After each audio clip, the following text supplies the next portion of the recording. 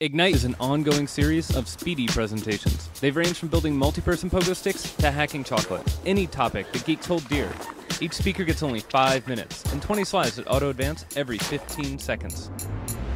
The talk you're about to hear was recorded live at one of the featured Ignite events around the world.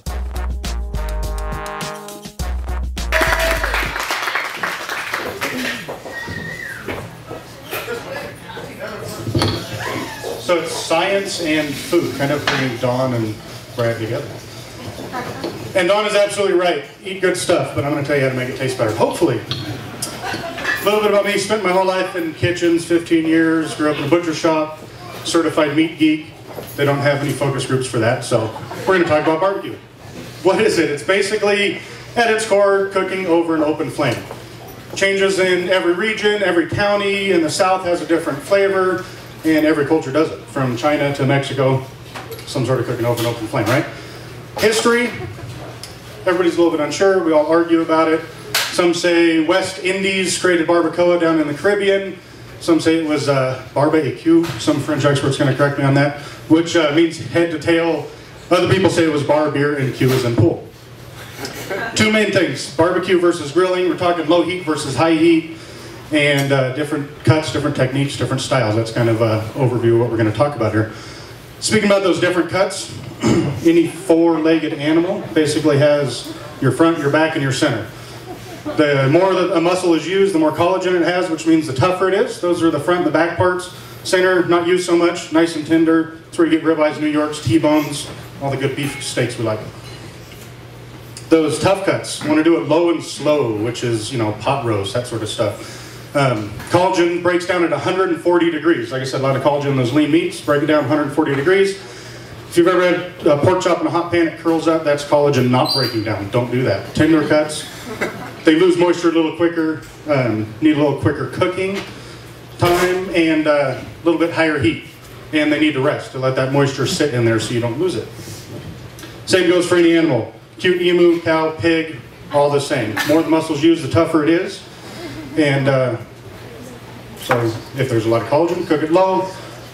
This all kind of makes sense if you think about the whole barbecue thing. Brisket, cooking it low and slow. Steaks, you're grilling hot, right?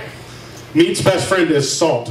Don might argue it's not great for you, but it does help out meat. It does a few things. It brings moisture to the surface, starts breaking down those cells so that they absorb the flavor a little better, which helps in the browning process.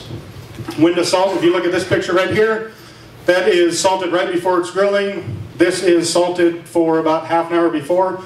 That's the difference. Same piece of meat otherwise. Salt pushes that moisture to the center, dehydrates the outside. So salt delivery and how you put it on there makes a big difference. You got rubs and seasonings, marinades, brining. Anything that's smoked, hams, that sort of stuff is brined.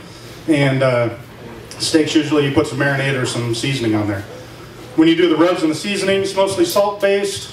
They're always dry, sits on the outside, forms that crust, helps you with that browning, starts dissolving the protein on the outside to soak in the flavor.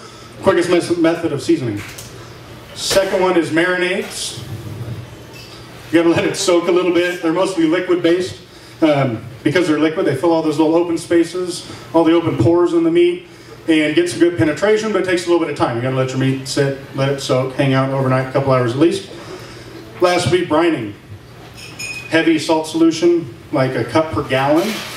What that does is make it work through osmosis, so it'll bring the salt flavors right to the center, as long as you let it sit in there long enough.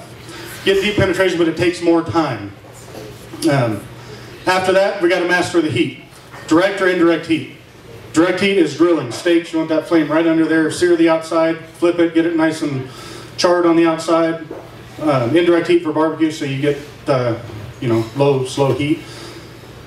Tell them if it's done. Everybody always asks this. The finger trick. It's going to be hard to do with a microphone. But that little fatty part of your thumb right there, right below your thumb, is rare. As you touch each finger to it, it gets a little more done, if that makes sense. Rare, medium, medium, well, blah, blah, blah. After it's cooked, you got to let it rest. All those juices from the heat, if you ever put cold water in a hot pan, it bubbles, right? Same thing happens with a steak. It goes away from the heat right to the center. Got to let it reflow, that heat transfer, let it finish cooking. It'll be nice and rare all the way through. Once it's done, things like a tri-tip, you want to cut it against the grain. Always, no exceptions. You can see on this piece of flank steak, really easy. Use a sharp knife, cut it perpendicular to the grain, and only cut what you eat because it'll dry out.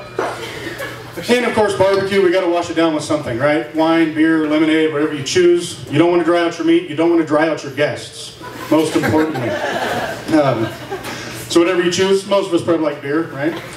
And that's the big secret to barbecue. You get them drunk, they won't even notice it's burned. Keep opening those beers, let it cook for 2 hours, and that's it. Thanks.